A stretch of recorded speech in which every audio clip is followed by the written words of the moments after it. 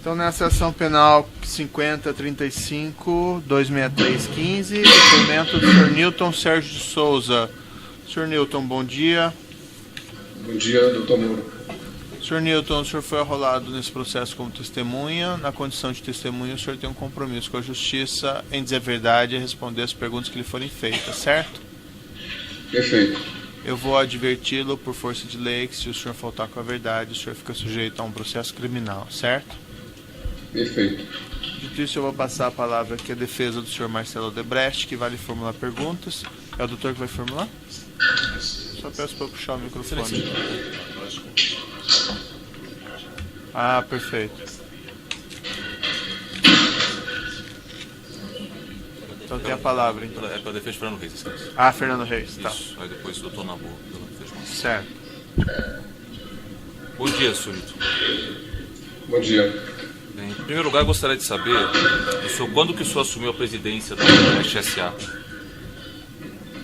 Eu assumi interinamente logo após a prisão do Marcelo em junho, 19 de junho, 20 de junho de 2015.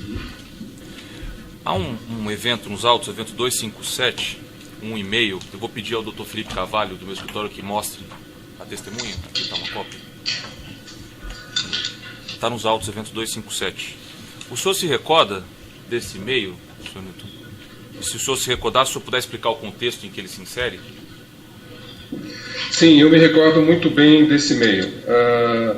Naquele período extremamente crítico, logo após a prisão do Marcelo, em que eu exercia ainda a presidência da Odebrecht de forma interina, tive que lidar com diversos problemas de alta gravidade, todos voltados para a sobrevivência do grupo.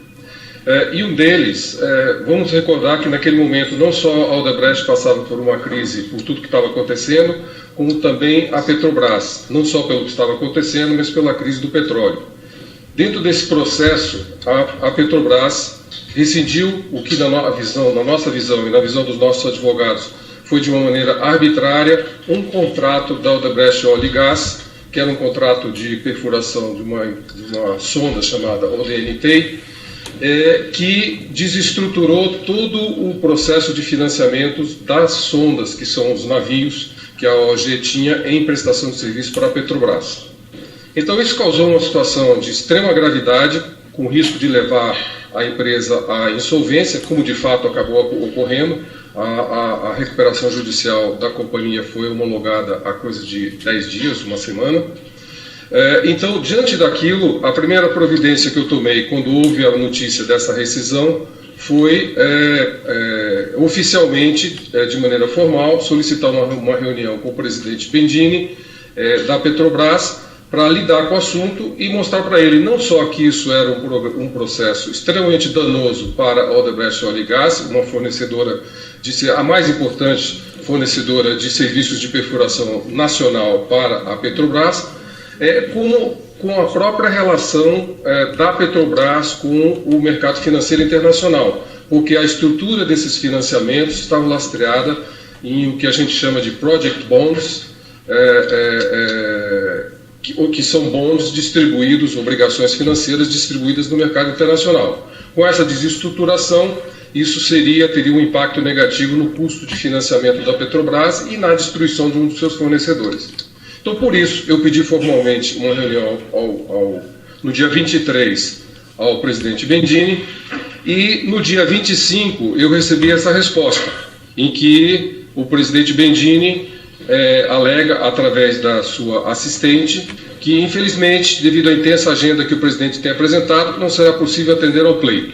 Então, de fato, ele não atendeu não só aquele pleito, mas o colocou como uma impossibilidade de uma maneira definitiva. Como o assunto era de alta gravidade para a OG, eu procurei internamente saber dentro da Odebrecht quem teria conhecimento, relações com o presidente Bendini, para que a gente pudesse sensibilizá-lo da importância da gente passar a ele a nossa versão e ver o que poderia ser feito para que esses desdobramentos não ocorressem. Nesse momento, a gente identificou dentre os líderes da organização, o Fernando Reis, que disse que tinha um relacionamento com ele e que se dispôs a ligar para ele, essa foi a informação que ele me passou, para tentar marcar essa reunião. Passado alguns dias, o Fernando retornou, dizendo que sim, o presidente Bendini estava disposto a se reunir conosco, sob duas condições. Uma, que o doutor Emílio, presidente do Conselho, participasse da reunião, e segundo, que a reunião ocorresse em território neutro. E a proposta dele é que fosse num escritório de advocacia, que no caso era o Matos Filho, que atendia tanto a Petrobras como nós, e portanto a reunião terminou ocorrendo lá. Então o contexto desse e-mail é esse. E qual foi a agenda dessa reunião, senhor? A agenda essencialmente foi esse assunto da Odebrecht Óleo e Gás, né, a rescisão que para nós era considerada arbitrária do contrato da ODNT. Esse era a razão absolutamente principal. Lógico que como a agenda da Odebrecht com a Petrobras sempre foi muito grande, por várias interfaces negociais que existem, outros assuntos laterais foram conversados, mas não com o objetivo de obter decisão ou qualquer outra coisa, como por exemplo a questão do contrato de nafta, que estava sendo negociado absolutamente no âmbito da Braskem. Isso foi mencionado, mas em nenhum momento foi objeto de qualquer aprofundamento. O outro assunto principal era a questão do cadastro, que estava muito ligado da participação da Odebrecht no cadastro da Petrobras e, portanto, a capacidade da Odebrecht de continuar participando de licitações da Petrobras. Nessa questão do cadastro, tinham duas questões. Uma que era a da Odebrecht Engenharia e Construção, de que a gente não tratou naquele momento, e outro era o da Odebrecht Óleo e Gás, que sim a gente tratou no contexto da ODNT, porque o bloqueio da participação da Odebrecht Óleo e Gás, que nada tinha a ver com Lava Jato, do cadastro da Petrobras, a colocava numa situação de perder um segmento importante de suas atividades, que era a área de prestação de serviços de manutenção de plataformas. O senhor tinha comentado anteriormente que, assim que o senhor assumiu a presidência do grupo, o senhor se dedicou essencialmente a temas, o senhor disse, alta gravidade e temas voltados essencialmente à garantia e sobrevivência do grupo. Pelo que o senhor disse, então, esses temas se inseriam dentro desse contexto de temas que eram importantes para a sobrevivência do grupo, os temas da agenda dessa reunião. Não, sem dúvida, porque, veja bem, no caso da OG, os fatos se provaram absolutamente, a nossa avaliação naquele momento se provou absolutamente verdadeira, porque não foi possível reverter a questão da ODNT e ela voltar a operar para a Petrobras. Isso levou à rescisão desse contrato e levou à recuperação judicial da empresa, que só foi homologada muito recentemente. Então, só para deixar registrado, senhor, quem especificamente que estava nessa reunião, só para ficar claro? Nessa reunião estava o Fernando Reis, que foi quem fez a apresentação do doutor Bendini, eu não o conhecia, o doutor Emílio e eu, e além dele. Em algum momento nessa reunião houve alguma menção a algum ato ilícito ou se tratou de alguma forma de favorecimento indevido aos interesses da organização Odebrecht? Absolutamente, absolutamente. O senhor acredita que, considerando o que se tratou nessa reunião, haveria alguma diferença no que toca aos assuntos? Excelência, pela ordem. A pergunta parece explorar a impressão subjetiva da testemunha. Eu vou reformular, então. Se essa mesma reunião, com essa mesma pauta, tivesse ocorrido no interior da Petrobras, haveria alguma diferença na condução, na sua postura na reunião, ou nos assuntos que ali foram tratados? Não, absolutamente. Veja bem, Alô?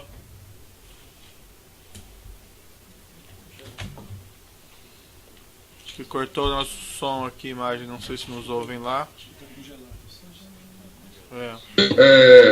Eu não estranhei tanto pelo clima que nós vivíamos. Petrobras de um lado, Odebrecht de outro, Marcelo preso, então estávamos naquele cenário não achei que seria uma coisa não natural que ele fizesse uma solicitação dessa. Ou seja, a nossa entrada dentro da Petrobras poderia... etc. Então, por isso, eu não vi nada demais. Mas o conteúdo da reunião não foi nada diferente do que seria dentro da Petrobras.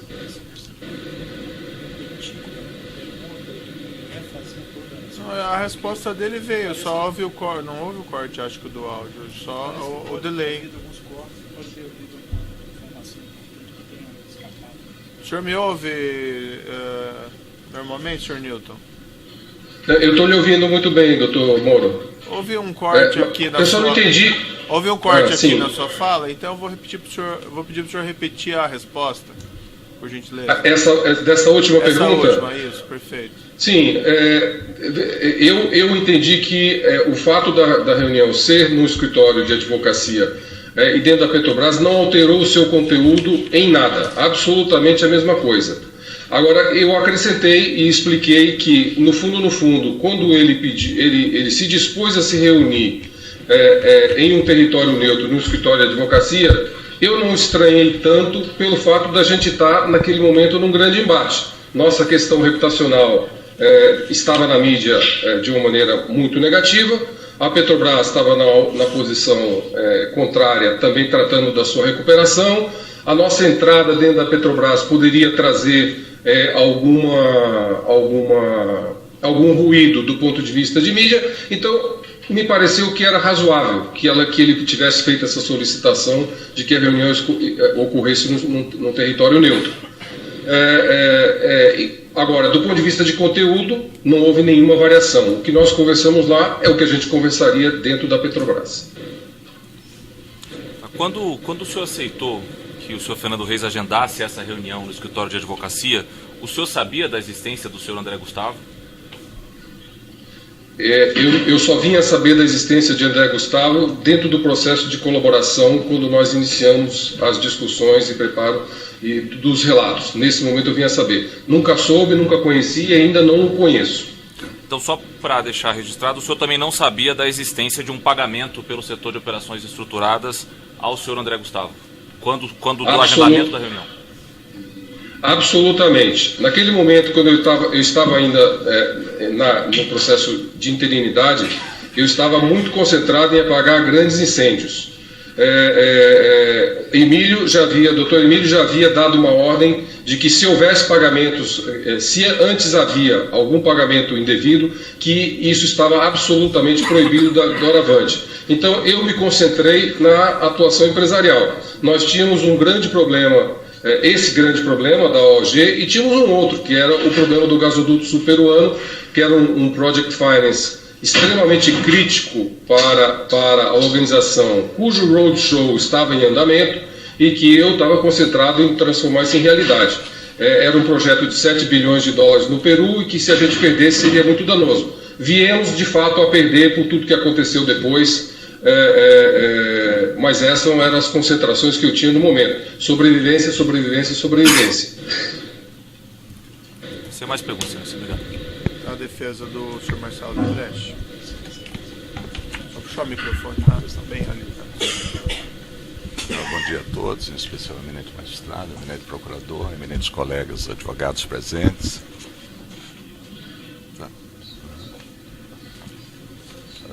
Bom dia, doutor Newton. Bom dia, doutor Nabor. Doutor Nabor, por Marcelo Odebrecht. Doutor Newton, o senhor nos informou que substituiu Marcelo Odebrecht após a sua prisão e até recentemente como presidente da Odebrecht S.A. Mas antes disso, eu gostaria que o senhor traçasse brevemente o quadro de sua atuação no grupo empresarial Odebrecht.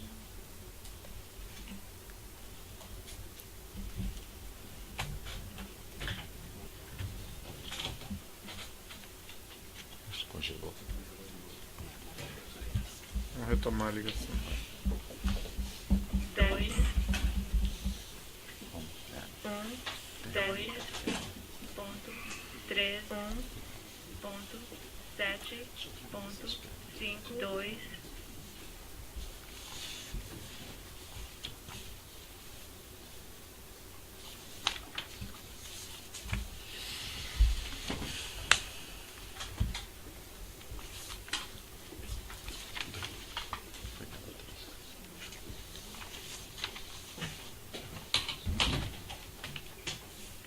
Esse, né?